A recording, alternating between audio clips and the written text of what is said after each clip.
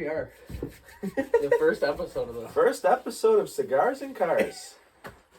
This is going to be really different Yeah, I know. from now on because, for one, I've never done this before. Me neither. And two, I've watched podcasts before, but, like, this is nothing compared to, like, just watching a regular YouTube video. This is more in depth, like... Yeah, I mean, we're working with the setup here that's not very good. Well, I mean, what we're going to be talking about is going to be pretty interesting, though. I think the public's really going to want to know. Mm-hmm. Should we get started? I mean, most of the topics that we're going to be really discussing on here is just kind of like what's happening in the car culture and community around the world. And, like, mostly, like, if we see somebody's, like, Instagram story or something on, probably not really Facebook, but we can pay attention to it. Like, if somebody's either, like, getting a new car or, like, we figured out they got a new car, we can, like, bring that up that's in the podcast because, yeah, like... and we'll be posting a lot of meets, Yeah. different things like that. Yeah. You know, doing events, pretty much everything. Mm-hmm. One of the big things that I wanted to talk about was... like the new cars that were coming out. I mean, they're insane. Oh, especially like the new Ford Bronco. The Bronco, I mean, is going to be, I don't care what anybody says, that car is going to, or that truck is going to be legendary. Like, it's, I've watched Doug's video on it. Like, he went in depth even though there was no engine in it. But with just the amount of stuff that truck comes with, even the Bronco Sport, the Sport is a smaller version and it comes with better stuff. Like, well, I just like that they offer it with the Sasquatch package now. Yeah. I mean, I think that's pretty nifty. the Sasquatch package is not like... You get 37s from the factory, or what is it, 35, something like that. 37, Ford put 30... 7-speed manual and 5-cylinder turbo diesel. I mean, what more could you ask for, you know? And an off-roader? Nothing. I Right. wouldn't want anything more than a 7-speed manual and a 5-cylinder diesel. It's Just, you know what it is the tuning application behind that is going to be it's gonna quite be there. heavy. Yeah. I even said, like, when I saw Doug's video and I saw him posting, like, the pictures, like, live feed in his video of the base, I'm literally like, 30 grand? I would buy that thing for 30, the base for 30 grand. It comes with an infotainment and Bluetooth and everything that you need. I mean, yes, it's a manual, I'd have to learn, but, like, who cares? Yeah, it's 30 grand for... It's going to be quite interesting. The Rubicon retails for 50. That's literally the base for that car. I mean, that's insane if you really think about it. The Jeep doesn't really come with that much. I gotta say this. I think that the Jeep community is definitely going to be challenged when it comes to stuff like this. And I don't know. I think Ford really kicked it out of the ballpark with this one. Yeah, they did. I mean, what... Show me, unless it's customized on your own, like you actually did it yourself, show me what production vehicle has drain plugs in it. Yeah, where you can go in and wash out the old floorboard. I mean, that's pretty insane. You can go in after a day of mudding and you can wash out the floorboards just by pulling a plug. The only thing that I had that would contradict something like that is rust prevention. Yes. I mean, if it's fully encapsulated in there and it has a rubber pipe that goes all the way through to the floor, by all means, put it into production. But if it doesn't, then I have a problem with it getting in there and causing moisture issues and causing the floorboards to rust at some point. I mean, you never know. People, like, I was asking people's opinions about it. And they were just like, never buy the first of anything. But I don't really think that this is one of those cars. I don't think that the Bronco is going to be one of those things, don't buy the first of something because they have to work stuff out. And yeah, they have to work stuff out. They're still working this truck out. This truck is in very, very prototype model right now. I honestly think well, I mean, take a look at, like, let's just go back to the old Toyota, like, Land Cruisers. Yeah. I mean, some of the technology the FJ. Some of the technology they had, like, even for rock climbing. Well, yeah, because you had stuff solid like that. axles. It was, you can get out. Either you can lock the hub yourself, or now what they integrated was you can just press a button and do it. Yeah. I mean, I find that really cool. The Lexus versions of those were really cool. the LX 450s and LX 470s. Those cars were the 1999 through 2000 and I think 4 or 5 Land Cruisers. The engines were different. I think I'm not really up to date on my Land Cruiser histories, but like I know that the 2002 Land Cruisers are like absolutely like just tanks. Like, not saying that the old ones or the new ones aren't, but the old ones, like the early 2000s and mid 90s ones, were just absolute fucking, sorry for my language, tanks. Like, they really were. And the Land Cruiser the Land Cruiser won. There's a Baja race that they host through Africa, and it won it like 8 times consecutively. Like, that's insane. Oh yeah. To manufacture a vehicle that can conquer Earth is kind of hard. Like, it's really, I don't know. It's cool to see these new cars coming out and seeing what kind of technology that these manufacturers can bring to the community and the public. Because if you really think about it, back in like when I was born, like 2000, 1999 era, you had luxury cars at a competitive premium. I mean, you had ever since 1990, you had Mercedes, BMW, Audi, Acura, and Infiniti competing with each other, and then you had a newer company, Lexus, that came in from Toyota, and Lexus was like an accidental brand. It wasn't even something that was supposed to be. Yeah, I mean, even though Toyota and Lexus are a merged brand. Yeah, they are a merged brand. It's like a wholesale sale. I'd say I put in that perspective. Yeah. Just because if you buy a Camry, I mean, you get the same buttons and knobs that's in a Lexus. Correct. I mean, a Lexus is just Toyota luxury. But pretty much, yeah. Same time, Lexus builds some very luxurious cars, and I mean, they're up there with Mercedes and BMW. Yeah, and actually, I read a few articles not too long ago about Lexus. They actually almost put Mercedes out of business because Mercedes was building these cars in the 90s, and they were spending too much money on production and development of these cars, like the AMG E46 or 36, I can't remember. And they were spending way too much money on the 500 SLs and the 600 SLs and the SELs, and they ended up, like, one of their head marketing and advisory, like, almost got fired because of what he was doing. He or she, I don't know who it was, but that's what I heard and saw in these articles, that Lexus literally, like, went out and made this car cheaper than what they should have. BMW actually contacted Lexus, believe it or not, and said they were pricing these cars under value, which they were. They were. Because, but Toyota didn't believe them because Toyota made a better car for a cheaper price. Yeah, and that's because, one, if you got Lexus, it's just a brand name. They use Toyota technology, everything's cheaper parts. Yeah, it is. I mean, whether they branded it Toyota, Lexus, yada who, at the end of the day, it came down to being, it's literally just a Camry and a freaking, with a badge on it. But, like I said, I think Lexus has done very, very well with that. Yeah, it does. It has. They have come a long way. I'm not a huge fan of their body styling now. I'm a really big fan of their old 1990s through early 2000s styling. Their styling now is just a little. I understand why it's a thing. But I don't like it. Like the older stuff looks way better in my opinion. But what about the new Escalade? That car. No, it's just in the Lincoln Navigator, man.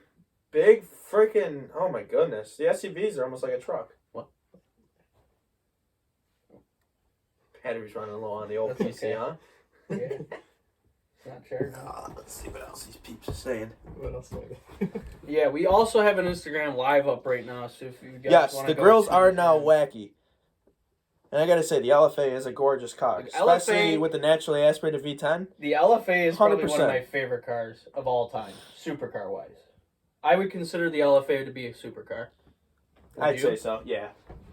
Well, the LFA was a supercar. It's just when it came out, in 2010. I mean, for 2010, 2011, when they came out, they were competing. You got a price tag at freaking $200 I think it was $230,000, and now they're going for $500,000 Yeah. as a base LFA. And you look at the Nürburgring edition, You're looking at you're $600,000, $800,000. yeah, $700,000-$800,000 car. That's you can go buy a Lamborghini with that money. That's substantially insane. Yeah, and the LFA is really rare though. You have to put that also in perspective. They only made so many Nürburgring editions, and they only made certain LFAs with a certain color, and that car was competing with the M5 at the time, it was also competing with, I don't know what Ferrari's competitor would have been.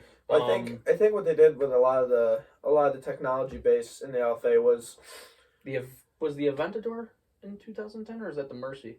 No, the Aventador came out in 12. So it was the Mercy. The Murcielago was around 08 to I believe 10, and then so they was competing. They had an 11-year. They ended it, and that was really it. Excuse me. It was competing with the Mercy then. I'd say so, yeah. But the Murcielago has a slat. Unless you had the 6-speed Murcielago, the E-gear in that car was absolutely freaking terrible. Just like any Gallardo. Yeah. I mean, you look at even the old Ferrari F1 style freaking transmissions in the 360 or that 430. Terrible. Yeah. I mean, terrible. Mm-hmm. Sounded cool, just terrible. Yeah. Reliability rate on them was just shit. I mean, down the drain. It was shit. No, but I think, not to get off topic or like switch sides here, I think that I don't know, I've watched a lot of Doug's videos on these newer cars that are coming out, and especially the SUV line I've been really like in depth with right now. And I watched his video on the Lincoln Navigator, the new Navigator, and the Aviator. And there's another one called the Corsair. And the Corsair is like the Ford Edge, I guess is what you could say. It's like the new Ford Edge, like Lincoln's new, Mark? It was a Mark MKZ. Mm-hmm. It's like Lincoln's new MKZ. And obviously the Aviator's been around. The Navigator's been around. They discontinued them for a while. But the new SUVs that are coming out... I gotta get a screen thingy so we can read these. The new SUVs that are coming out... Yes, we definitely have to try some more podcasts like these. Yes, we do. We're trying to get some more people, bring up some more ideas, topics about cars. Figure we do something here local in New York and something we go out and do events. Yes. Promote stuff and pretty much just get people out and talk about cars. Mm-hmm. But no, these new SUVs are getting insane. They are getting insane. Yes. We are getting to the point where we are on the brink and the verge of tipping over the scale with technology. I mean, I watched Doug DeMuro's video on the Escalade, and it has a front forward-facing camera on the grill or the bumper, I can't remember where it was, where if you have navigation on your phone plugged into the infotainment system, or you actually have the infotainment system set up with GPS, and you have a destination set, the gauge cluster screen will turn into a camera screen, also showing off to the side your speedometer and your tachometer and a couple other gauges. I can't remember them off the top of my head. But in that screen, it links in with the infotainment system with your GPS and shows you on the screen where you will be turning next. So if you're coming up to a stop and you just have to be turning left or right, and there's an arrow on the screen that shows you where to turn, which is insane. And another thing about the Lincoln Navigator as well, or any type of big SUV like that, or well let's just say for the Navigator for I love the new Navigator. Just gonna say that right now. The new Navigator is it's beautiful, a freaking badass SUV. I mean the price could be a little bit better, but you know what? For the SUV, I like that when you're driving, say whether it's day or night, that the dash. At night, it'll show the stars. It'll go through, show the whole Earth. Like, that is so cool. And actually, where you're driving on the planet, too, it'll actually show on the map until you zoom into it. Yeah. Like, say, for GPS, you can zoom all the way out to see the globe of the Earth, and the globe will be going around and around. Well, what a lot of newer car manufacturers are doing now, instead of, like, chimes when you get into the car, or, like, cheesy, I guess what you could say is, like, effects, they're doing themes. And, like, in these cars, especially with Hyundai, I've seen it especially with Hyundai, they've been doing these preset themes that you can have in the car. And Hyundai actually has a feature where you can go in and instead of playing music, you can have background ambient noise as like you can have like raindrops or like street noise. It's cool. And I think it's cool. It's cool that other companies are integrating stuff like that because, I mean, look at Tesla for example. I mean, you could set for when you go to put on a seatbelt or take off your seatbelt, you go sit in a seat. You can set it as a whoopee cushion. I think that's hilarious. Really, I never even knew that. I didn't know that. That's funny.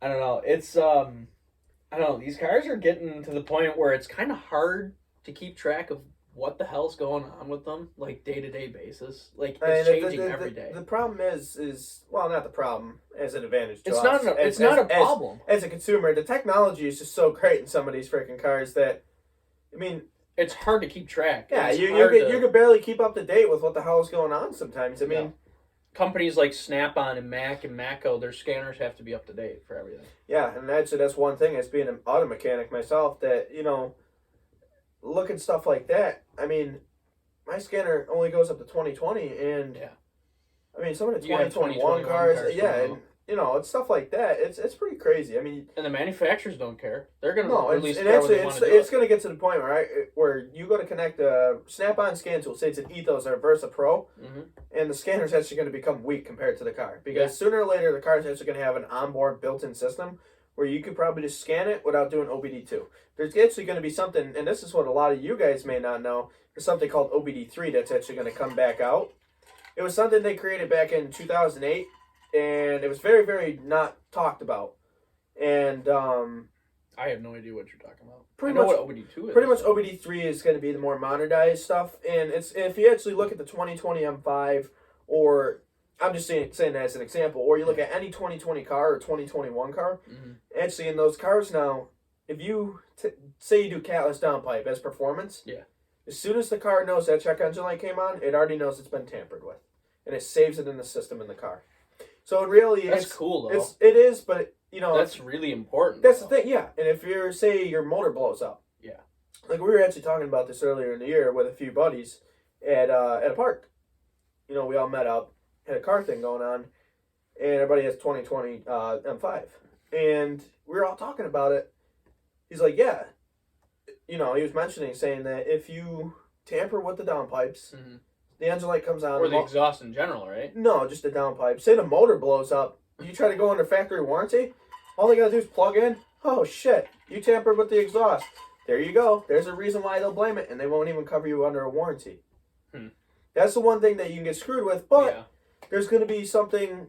I mean, a lot of these tuners look at stuff like that. There's going to be ways to go to the computer, set stuff like that, and you know, tune it to where you can tune it out. And then if you have to get it warranty covered. Yeah. But I mean, if you're going to be modifying your car, let's put it this way. You're going to be modifying it for a reason, to make more power. You lose that warranty within the first time you start cutting or whatever you do, whether you start whacking on parts. Unless it's like a cold air intake. And something you can remove, put back on. Same with exhaust. Well, yeah, and that's why I personally, from my own experience, not saying that I've modified a lot of cars, but when it comes to modifying them, that's why I like bolt-ons so much, is because you can save all the stuff that you take off. Yeah, everything goes on and comes off. Let's say you want to go sell the car, but you don't want to like have it here's to be what modified. You can switch it back to stock it's not within that. like a couple hours. Here's what it comes down to. When you're going to sell a car, you put all these aftermarket parts on it, you're not going to get money back for your aftermarket parts. Depending on what car it is. Unless it doesn't matter. It could be any car. Say you got a Lamborghini, you do a twin turbo kit from UGR, Underground Racing. Yeah. That twin turbo kit, whether you have it, say you spend $200,000, say a 2X package, you get 2,000 horsepower. That's something I'd love to have. But it's something like that you look at, and say you try to value like a 2013 Gallardo Superleggera at $400,000 because say you bought the car for $210, brand new back in 2013. Which Gallardos are cheap now. Yeah, which now you get for $90,000, which isn't too bad. They're really cheap. So you buy that, you buy the twin turbo kit back then. Say it costs $250,000. Yeah, you're not gonna get $400,000 for it. You'd be lucky if you get $150 for the car, even if it's got 10,000 miles on it or less. You'd be lucky if you get 150, 160. And 10,000 miles to older Lamborghini owners is high. Well, on any supercar, I'm put it this way: anything above 12,000 miles on a supercar is considered high miles, which to me just boggles my mind. That's just like free reign. I mean, you want to see if these cars are gonna be able to handle stuff. There's a guy out there. I believe he has I think it's Savage Garage. They're gonna get their Lamborghini Aventador SVJ to 100,000 miles. That's gonna be badass because those motors can. It's probably gonna. I think it's gonna be one of the highest miles. Those motors. I mean, they're built for power, so they can handle the. They mileage. are, but here's the thing: just like a race car motor, they do have to be rebuilt eventually. Well, yeah. I mean, they aren't perfect cars, but no, they're not. Who cares? But yeah, it boggles my mind seeing all these people buying these cars and they barely drive them because like you and I come from along a line of where we drive the car to drive it because that's what it's meant to do. And I'm gonna say this: if you buy a car, say a brand new Corvette, right? You buy a brand new Corvette, something nice that you want to drive, something you're gonna drive on a weekend. I get it.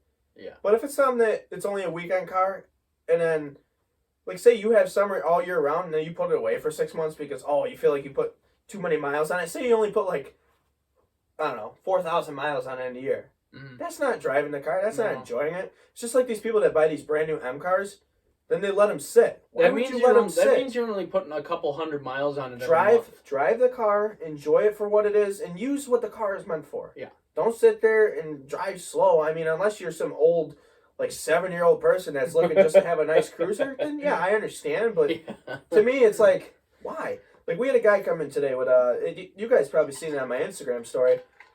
Beautiful Interlagos blue, 2007 BMW M6 V10 SMG, 36,000 original miles. That's low. This guy just brought it out of his garage in 4 years, and it was so funny because when he pulled it in the shop, we inspected it. His alternator took a shit, and the freaking whatchamacallit, the battery went. Because it's not being driven. No. And that's the thing. People don't understand. If you're going to let a car sit, that's actually worse for the car than, not driving. Sometimes, yeah. Depending on what and that kills a car. That kills a car 100% right there. And I think let's go deep. Not like deep, but a couple years back into like what we've driven.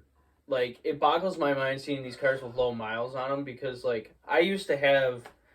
My first car that I ever drove was actually a truck, but the first car that I actually ever owned with my own money and I paid for the insurance and everything was a Lexus LS430. It was a 2001, and it was a hand-me-down car that I was given... My parents first bought it after our Avalon got totaled, and then my sister drove it for a really long time during college, and then... and then I was actually in junior year or sophomore year of high school. I can't exactly remember. I remember that's when you and me met in that fucking... And... Yeah. Excuse my language, but that car was... So, mega. It was the... it was the first year they came out with the Lexus LS430 because in 2000 they still had the LS400. And that was the last rendition that they had of that car. And then Lexus was coming out with the brand new flagship LS430. That was the biggest car that they had at the time. And now you have LS600 LHs and you have LS500s, and it's insane. Well, now they've become a more sporterized car, such as nowadays you've got the power of aspiration, such as turbo supercharger, centrifugal supercharger, which they don't use a lot of. Or what a lot of they don't. They really like to stay on. What a lot of companies do is now they use integrated fuels like E85 or propane, diesel, stuff like that. Mm-hmm. And Lexus doesn't. Though. I know they don't. No, they use 85, but yes. They don't use any of the other stuff. They don't use diesel for anything. And obviously for me starting, we had the Cobalt SS. We had what the hell else do we have? We had the Trans Am. We had both Trans Ams, the 99, the 89. I love that 99. I had a few other cars. They're pretty cool. Then I bought my 2008 E60 M5, which is going to be turning into a pretty sweet car, but it's going to be a long winter process build. Yeah, pretty much, that's the thing. You start from nothing, you work your way up. Yeah. You get some pretty badass cars, and you enjoy life. And that's the thing that a lot of people forget, is that, as we're young, enjoy life. Mm-hmm. Buy what you want now. Well, like when I had the Lexus back in high school, it was a really, really, like, everybody knew me for that car, and including yourself. I mean, you knew me for that car. That's the only reason why you knew me. And it was kind of funny because, like, that car was not, like, a POS, but it was at the same time. I mean, it had its problems. It had its quirks. It was... The speakers were blown out on it. The check engine was on that car every single week. The windows were so bad in that car. The windows would roll down. The windows at a snail's pace. Yeah, the windows would roll down so bad. What else was wrong with that car? There was so much. The wheel bearing. The wheel bearing. Holy so there was the passenger rear wheel bearing on that car was bad. For I probably want to say at least a year and a half before I actually went and replaced it. I remember it off. You remember what I had to do to get it off? I had to get they call it a bearing buster. Yeah. And it's this flat piece of quarter or half-inch steel that's welded to like what looks like a 3-inch receiver off of a trailer hitch. That's square. It's square stock steel that's been powder coated, you mount it up to the screws for the hub. for the hub. Yep. And you mount it up to that, and you're supposed to take a 5 to 6 pound sledgehammer to it. The one thing I remember is we went to the Alexander Steam Show. Mm-hmm. Now it's a big local thing that goes on here, and in New York State. Let me just stop you there. We're based off of the Greater Rochester area. If people don't know where that is, it's in upstate New York. Go ahead. Pretty much, we were driving out there. I remember he picks me up, and I remember we're cruising along the expressway at 95. Things started. Dun, dun, dun, dun, dun, dun, dun, dun, dun. Dude, I'm just like, what the hell? I'm like, all right. He tells me, at this time, I'm just like, all right, God. This is definitely a wheel bearing, or the wheel's coming off. We're gonna die. And he goes, here, watch this. We're doing 130 down interstate. It was Silver Lake Road. Silver Lake Road, that's what it was. And it's a back road that runs through the middle of Warsaw and Castile. I just remember you taking a turn 125. I was just like, all right, this wheel's coming off and we're gonna flip over and die today. I mean, it can't be as bad as the time where we're down here, like at the cottage, and fuck. I loved that car. We're driving a lot. No, I'm talking about the Crown Vic now. Oh, yes, I drive. So the Lexus, to give people some backstory, the Lexus I owned for about 2 years, and it was a great car. It was reliable. It didn't give me any mechanical problems at all. It gave me some cosmetic problems and some actual physical problems because, like, with the blown out speakers, that can get really annoying after a while. I'm not saying that it really was. I just didn't pay attention to it all that much. I drove the car because that's what I had at the time. It was a hand-me-down car. I mean, that was... And it's funny because, like, I was talking to my dad, and you could probably say the same for your parents. They owned way more cars when they were in high school than we did. And it's way different now. Cars of today last way longer than what they had. My dad told me that he had like probably 6 different cars when he was in high school. I had one. No, I had 3. And let me tell you, that was what we used to do to some of those cars shouldn't have never been done. The one thing, like the Lexus, like you said, it's reliable. I mean, it's a really reliable car. 200 plus thousand miles. I had 272,000 miles on that car. I remember we took that car. We used to do Rockford turns, drift. You that car freaking was a beater. Now, yes, we almost died in that car a few times. Now the Crown Vic. Let me get back to that. I drive a Crown Vic now. The Lexus finally quit after a vacuum line, or I don't exactly know what happened to it. No. All right. So pretty much what happened after the Lexus. I bought a Crown Vic. Here's how the shit show started. I bought a 2011 Crown Victoria LX. Let's fast forward after exhaust. Yep. Let's fast forward to when we painted this kid's freaking wheels. I did a great job. He did a good job on the wheels. Still good. Here's the problem we ran into. we're coming down to the cottage, whatever, coming down for a nice weekend, like what we're doing down here now. This was my mistake. This is my observation. This kid takes a 3/8 impact gun, zoop, zoop, zoop, zoop, all the wheels down on the car. I remember. I was very dumb at this time. I remember in the morning, this kid doesn't torque anything, so it doesn't matter at this point. We're going, what do? We went to Surefine to get breakfast, and we came back. We went to Canada's Lake. Yes, we went to Canadice Lake. We're in Honeyway right now, if people know. We went to Canadice Lake, and... Canadice Lake is about 35 minutes that way. Yeah, we're cruising through the mountain roads at a solid 95 miles an hour. Yeah. And I remember, we're yeah, anybody, right? Yeah, with cliffs that only drop off 400 feet each side. Yeah, there's a bunch of ravines. I remember we're driving along. Dude, the car just keeps vibrating, and it's just getting worse and worse. Well, then we had worse. the clicking noise. Yes, the clicking is where it all started. The clicking's still there, but that's the axle. And then he started with the thud. It was like the thud was Lexus. really I'm like, all right, you know what? This kid messed something up. Maybe the wheel bearing's coming unglued, just like the Lexus.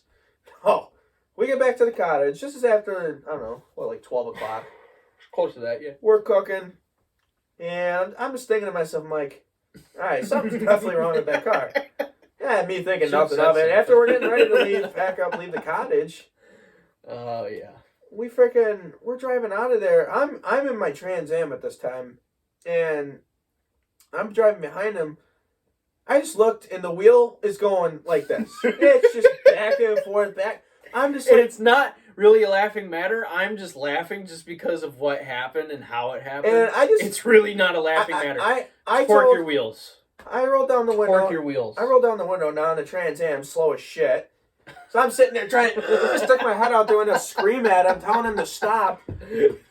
We stop in front of the old guy that's down here, the neighbor. And he comes out, are you guys okay? This and that. It's just like, oh my God, here goes the shit show.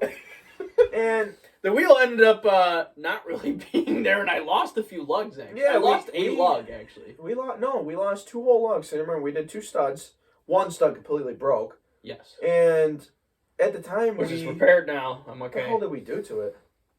No, we freaking just torqued everything. We had to do whatever our actual physical body strength could do at the time. Yeah, at this time, I kind of just... Which is not a bad thing. If you can put all your weight down on a bar... I did a few ugga-duggas for the torque spec, and ended up working out fine. We made it back home, and...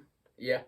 You know, there was that. I mean, there was a whole bunch more. I remember we stopped probably every... I think we stopped 10 every minutes 10, 15 minutes to make check sure the wheel. The wheel wasn't coming off the car again. And then I didn't get the lug and the stud replaced for like months. I didn't even do anything. I was just like, yeah, 4 lugs is plenty. And I rolled with that for a long time until I told you guys, I was just like, I need a lug. And I was starting a new job, and I was just like, I'm going to be highway driving this car, and I'm not going to be like really beating on it, but it's going to be seeing a lot more road than it used to be. And I'm just like, I need a stud on this thing, and I need a lug. Well, and you guys did it, so. And I don't know. Here, let's bring up another. Who knows where that aftermarket lug is now? It's somewhere off in the middle of Canada. Probably took out a deer or something. No, let's bring up some stories of how we actually came across what our current cars are now. And actually, we can explain to you guys how we came about our current cars. You want to start with your comp pick? I mean... Now, we can explain from the Lexus standpoint about how the Lexus died and this and that. So, my dad at the time, he had a 5.4 liter Triton F-150. That's what I learned on. And it's a truck. It's a big vehicle. That's what I learned on. Besides Ford's typical spark plugs popping out here and there, but I never learned on. We still have the same truck to this day. I mean, the truck is a great truck. As long as you did the spark plugs on it, you did coils, you took care of it, and you keep up with maintenance. I mean, that thing runs. No, they're reliable trucks when they run. Unlike every other car, when they're not running, they're not reliable. Nope. And I'll refer back to like the M6 that I had in today. I mean, you let a car sit for 4 to 5 years, and then, you go to drive it, and then you wonder why the battery light's on. You wonder why the alternator took a shit. It's Beamer life. I mean, yeah, Beamer life, but you know what it is? It's also the They're experience. great cars, though. Oh yeah. When they're When they're in their prime, they're great cars. Any car. I would have to say that your generation M5 is one of my favorite because you exposed me to it. I think it's probably one of my favorite V10s. Besides the E39, that's a great generation as well. The one before it, right? Yeah. The E39 generation M5 is also one of the most. I don't deal with Beamers, so. No. What years were they? Let's go 2000, 2001, 2002 for the E39. I'm pretty sure there's older. I don't really, not on top so of it. So the more like crazy. boxy. Yes, but they're more aggressive looking. I mean, you could slap a set of coilovers on it, slap a set of nice wheels, a nice exhaust, and it's just like a Lexus LS400. Mm-hmm. You can murder it out, make it look like a badass car, and you can just ship it as it is. I mean, you can either, you get a 5-speed or 6-speed manual. I'm sorry, and I mean, you could do so much to the car. Well, I mean, like going back to what I learned on big vehicles, and I mean, we're in upstate New York. What a lot of people don't know is we have pretty harsh winters here, and trucks are like 90% of the vehicles up here. Yep. It's along with 4-wheel drive SUVs, which you can consider a truck at that point. And after I drove the truck for a long time, the Triton, oh my God, that thing. That truck, the one that my family personally had, that thing, it was reliable to an extent, I guess is what you could say. My dad had it for about 12 years after he had bought it, after he had a 99 Dodge V10 Magnum, sorry.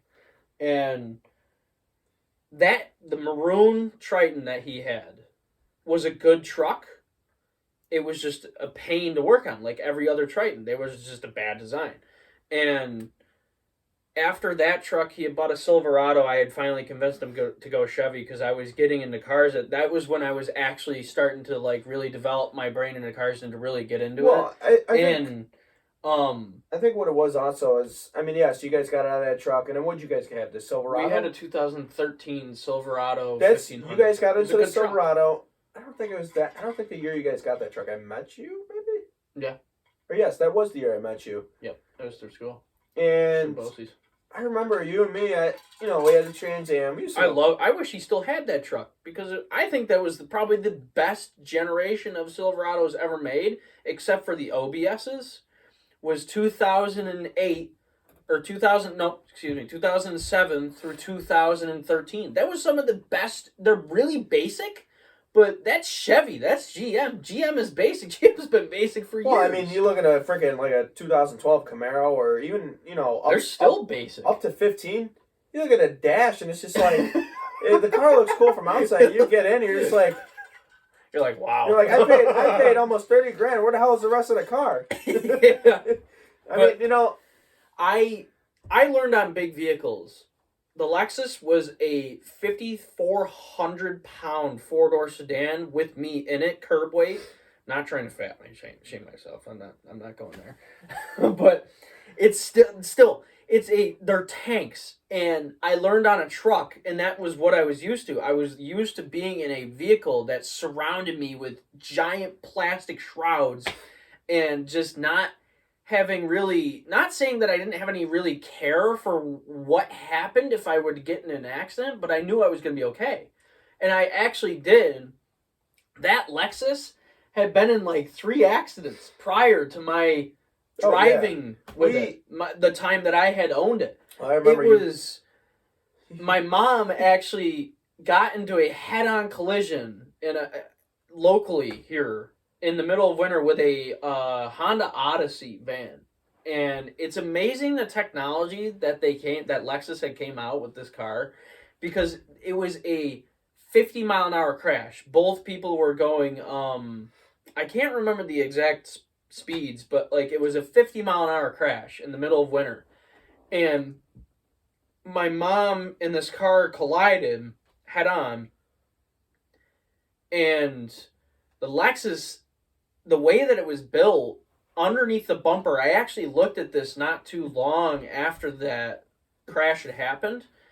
They have like supports, and they have like pretty much like absorbers underneath the bumper. So basically, nothing's really going to happen. I mean, the most you're ever going to get is a cracked headlight, probably a broken grill, or you're going to get, the bumper's going to get cracked. But the bumper ain't going to fall off. The grill ain't going to fall off. The hood ain't really going to do much. Well, and my mom even said, she goes, after that the minivan flew back 12 feet and the Lexus stayed put in that crash. Well, I mean, you're also talking... That's insane. You're also talking a tank versus a fucking... Well, I mean, the Honda Odyssey, they're heavy cars. Yeah, they're minivans. Well, no, they're about 6,000-7,000 pounds with people in them. They are. Back then, they were built like shit. I mean, they still are built like shit. I don't know what Honda Odyssey it was. It could have been like a mid-2000s one, probably. No, then it's built like shit. Just like the new ones. Now, let's talk about how we came up upon our current cars, though. Like what we currently drive nowadays. Obviously, the Lexus died. You went and picked up the Crown Vic. I went and picked up the Crown Vic because it was cool. Yeah, you were in the market for something along that line. Not saying that, like, the Crown Vic is definitely a grandpa car, especially mine, because it's an LX. It's not a police interceptor. It doesn't have all the goodies on it. But I love that car. It's reliable, and it doesn't give me any problems. And it's fun to drive because you have a 4.6-liter V8 in there, which is bigger than what I had in the Lexus. It's 3 liters bigger. And I can't figure out why my laptop is not charging. I'm sorry, but... Now, even though the Crown Vic, yeah, it's not the fastest car, but I tell you what, man, I don't care who you are. If you drive the freaking crap out of that thing... Which one? Sorry. The Crown Vic. Oh, you get that car to do anything that you want. Like I said, the thing is with us when we own cars, we don't just drive them to drive them as a cruise. We beat the living balls out of them. Well, I daily drive my car every single day. And if people who are on here locally that would know, I'm on 490 every single day. And 490 is a local interstate that runs through the city of Rochester. Compared to like what I do, I take I have a 2008 M5 E60 generation, and that car was only a weekend car. When I first bought it, it was kind of just, I mean, yeah, I'm going to enjoy it. One, I'm only 19 years old. Two, okay, we're good. It was a dream car of mine. I've always, ever since I was 15, 16, I always knew the notorious V10 noises. I always looked at the Lexus LFA, the Lamborghini Gallardo, the Dodge Viper. Then you got the TVR. I'm sorry, it's a British sports car. The Sagaris? So it's like that. It's a British sports car. Or I can't remember how that car's pronounced. I looked at cars like that, and I was just like, all right, I know this. By the time I'm 16 or whatever, now this was a future goal of mine. I was like, I know I'm not going to have 200 grand. I know I'm not going to be able to go out and buy a Lamborghini, go out and buy something like that. Yeah. What can I buy that's somewhere similar? I looked at the BMWs, seen the M6. Wasn't too big of a fan of the body style. I think they're like the newer... Yeah. Even the newer M6s, but I look at them as like, holy shit, they're fish bowls. Talk about a fishbowl. Now, my car? Yes. It is a greenhouse. A fishbowl is an understatement. And actually, that car. The one reason why I bought the E60 M5 over, actually, was it was a 92 Nissan GTR GTS. I bought that car over the freaking... I would have bought that car over the M5, but I didn't like the way it drove. Being right-hand... Clunky.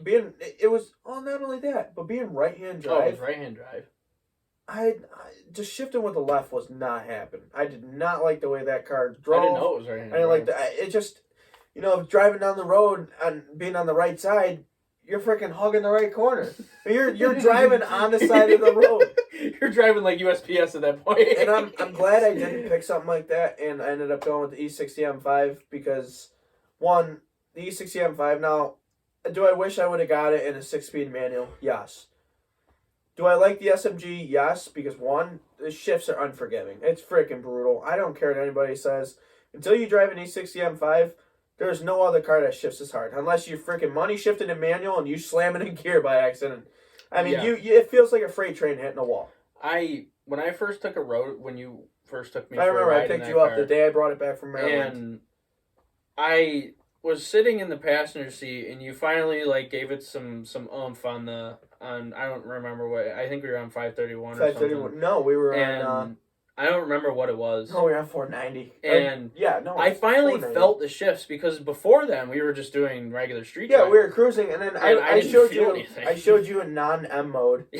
That once you get on it, non-M mode is pretty much what sport mode would be like in a newer Camry TRD. And then you're going along. I mean, it shifts, but in M mode, you get the faster shifts, you get the stiffer steering wheel, you get the whole car suspension setup too, which is really cool. And then obviously you get the 507 horsepower, which in reality is only 450 wheel. But whatever, who cares? But when you first took me for a ride in that car, I was kind of, the one thing that really freaked me out was the active bolster in the seats was really, really freaky because I was not used to something like that. And the Lexus was luxury. The Lexus, that's the only car that I had that I can relate it to because it had technology that your car had. Yes. And I remember feeling the shifts at like 100 miles an hour. And I'm just like, I'm feeling the gears and I'm just like, after that night, I was just like, that car is an absolute neck breaker. And, like, that's where I came up with the nickname, or at least my nickname for that car. I call it the neck breaker because it will throw you back into your seat if you're not ready for the shifts. Now, let's go back before I actually took you for the ride, and the day that I was actually driving back. When I called you, I said, great news. I picked up this E60 M5. I was just like, all right, got my dream car. Now, here's where the story begins. Now, this is what happened. I'm hanging out with a buddy named Shane, and he's E60 M5. And he taught me how to drive the car through that, which is really, really cool. And the night before, I'm up to like 4 in the morning. I'm excited as hell. And it was a weird Facebook ad. It actually wasn't the same guy I met in person, which was really scary. I freaking drive down there. It's only a 5-hour drive, Maryland, from Rochester, New York. I said, screw it. What's the worst that's going to happen? I already went and looked at like 7, 8 of these cars, test drove some. Went down, I'm looking. First thing he does, he goes, here, before you get in the car, he goes, come around the back of the building, walk around, Ferrari 488. I'm just like, all right, this definitely isn't the same person I talked to on Facebook. We take out the Ferrari 488. Beautiful car. I mean, for it being an Italian-built car, I could not believe how... 488 is one of my favorite Ferraris. How well it held. And we're going down the interstate about 145. And I'm just like, all right, this is definitely going to set me in a deal. Lo and behold, we get back. He goes, here's the keys. Just give me your licenses. Whatever. So, we gave him our licenses. I had my mom with me at the time. Now, mind you, I was only on 2 hours of sleep. So driving 6 hours from Rochester, New York to Maryland was an absolute shit show. I know what it's like. I've done it. It's not fun. We get down there. I'm tired as could be. I'm just sitting there. I'm just like, dude, this is fucked. Yeah. After the 488 ride, I hop in the M5 and he goes, here, this is how you get on the interstate. This is how you take it up. He goes, put it in MO, go have fun. I'm flying down the interstate 135 and this guy's random at this time, before I owned the M5, random M5. I'm just like, dude, no freaking way right now. Scaring the shit out of my mom with the shifts being neck breaking, which actually at first I didn't even give it the beans. When I actually bought the car, it was just crazy because when I got back, I finally made the decision. I was just like, you know what? Do I want an M5 today? Yes. Offered him amount of money, got the car, got the title signed. I was a happy boy at this point. Now I was only 18 years old when I bought this car at the time, and for me, yeah.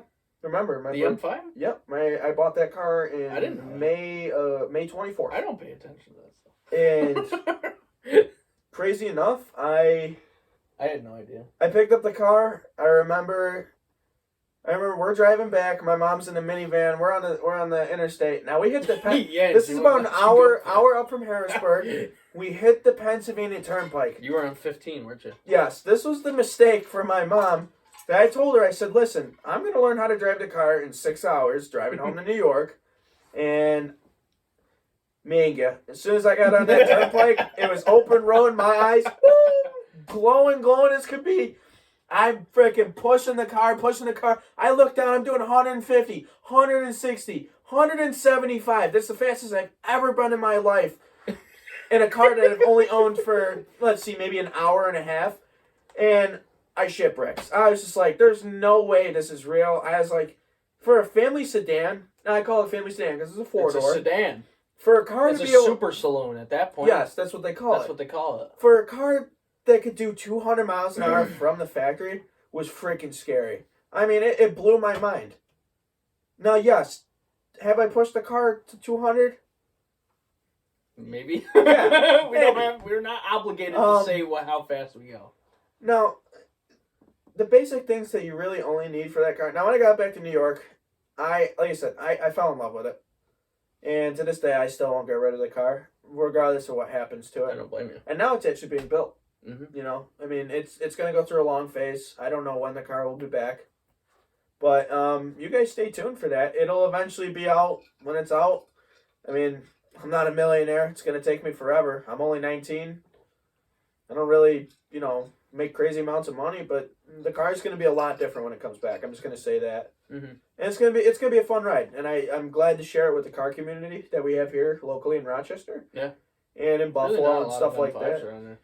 No, we've got our M5 crew. We've got V10 James. We've got V10 Ray. We've got my buddy Garrett. We've got Shane. We've got quite a few local guys here, and I'm pretty proud of the community that we have because everybody's very supportive of each other. Mm-hmm.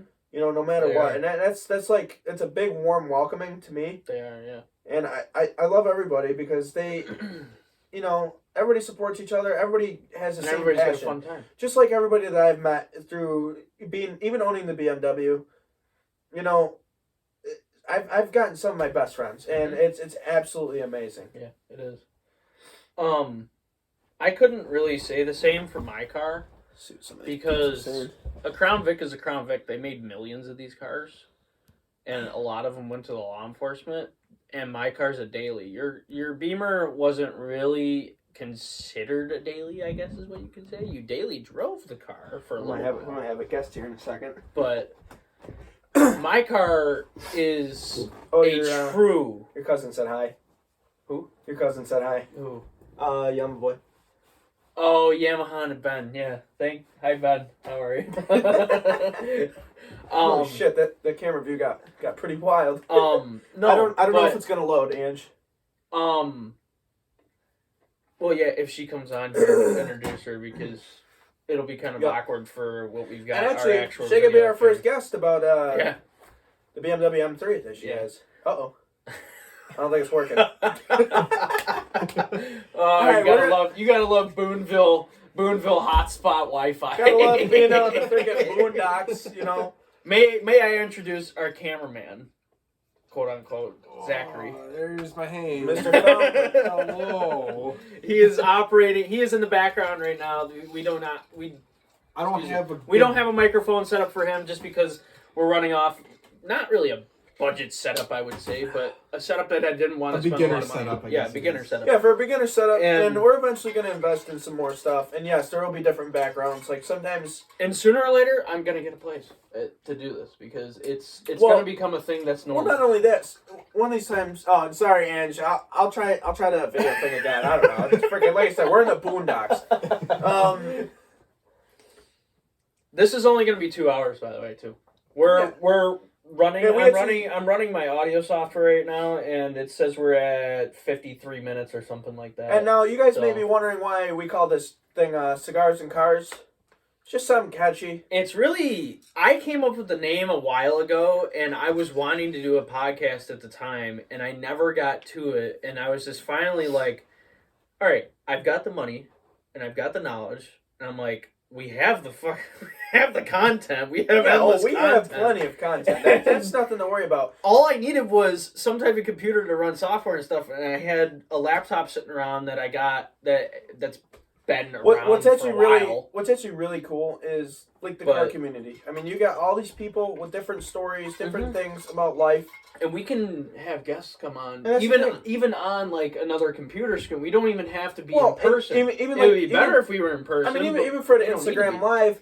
But the thing is, I mean, obviously, if we got people here that can describe in person, it just becomes much easier. But it becomes much easier, and it becomes way more fun. And we will definitely have different background settings, like with our cars in the background once they're complete, everything's built. We're gonna have a bunch of stuff together. And it's going to be a very, very fun time. Actually, believe it or not, Zach and I were thinking about having the background as Honeyway Lake tonight, but Obviously, We we were- were sun. well, no. I mean, not only that. I mean, you were running a little late, but that's fine.